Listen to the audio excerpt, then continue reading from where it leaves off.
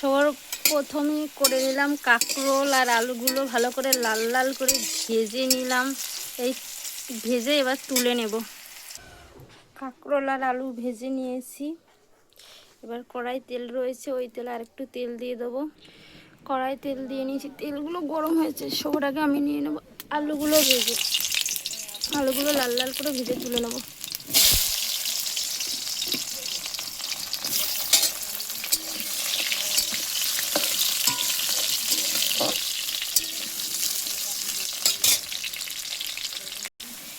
আলুগুলো লাল লাল ভাজা হয়ে গেছে।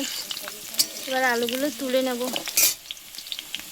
আলুগুলো তুলে নিয়েছি। এবার মাছগুলো এক এক করে দিয়ে দেবো। এই মাছ এটা ফোটে খুব, তেলটা প্রচুর ফোটে, প্রচুর ফোটে, প্রচুর।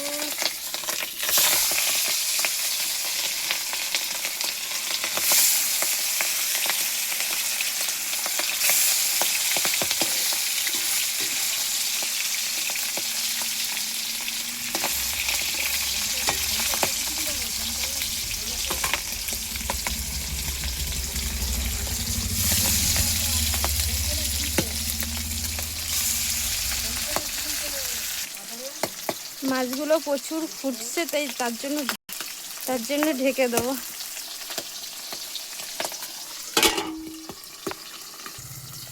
ঢাকাটা আবার তুলে নেবো, নাহলে প্রচুর ফোটে তো মাছগুলো, ওর জন্য ঢাকাটা দেওয়া।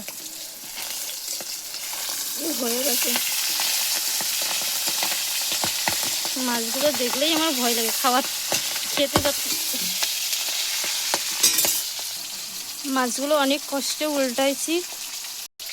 মাছগুলো ভেজে তুলে নিয়েছি।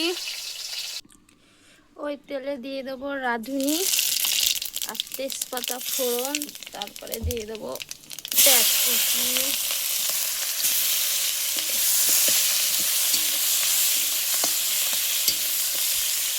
পেঁয়াজগুলো লাল লাল হয়ে গেছে। এবার দিয়ে দেবো আদা রসুন বাটা,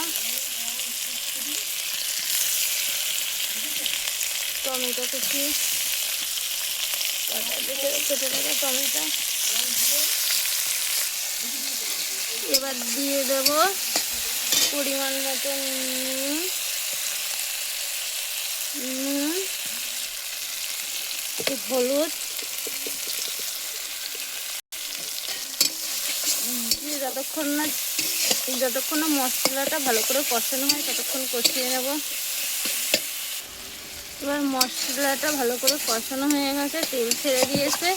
এবার দিয়ে দেবো ভেজে রাখা আলুগুলো,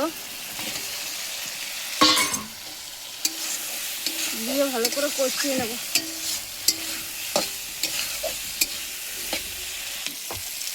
মশলাটা ভালো করে আলুর সাথে মিশে গেছে, কষানোও ভালো হয়েছে।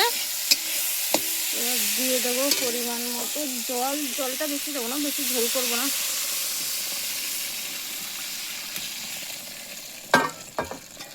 ঝোলটা ফুটে ওঠা পর্যন্ত অপেক্ষা করব।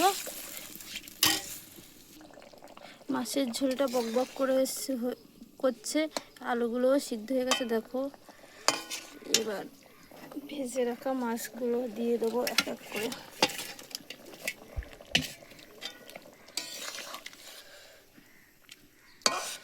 দিয়ে দেবো। আর এদিকে গরম মশলা বেটে নিয়ে নেব।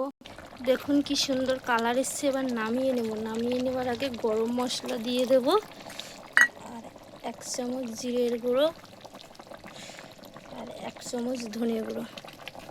এবার নামিয়ে নেব। কি সুন্দর কালার এসছে। রেডি হয়ে গেছে আমার মাছের তরকারি আলু দিয়ে। দেখো কি সুন্দর কালার এসছে, যেরকম কালার এসছে খেতেও ঠিক সেরকম। টাটা সবাইকে, অনেক অনেক ধন্যবাদ ভিডিওটা শেষ পর্যন্ত দেখার জন্য।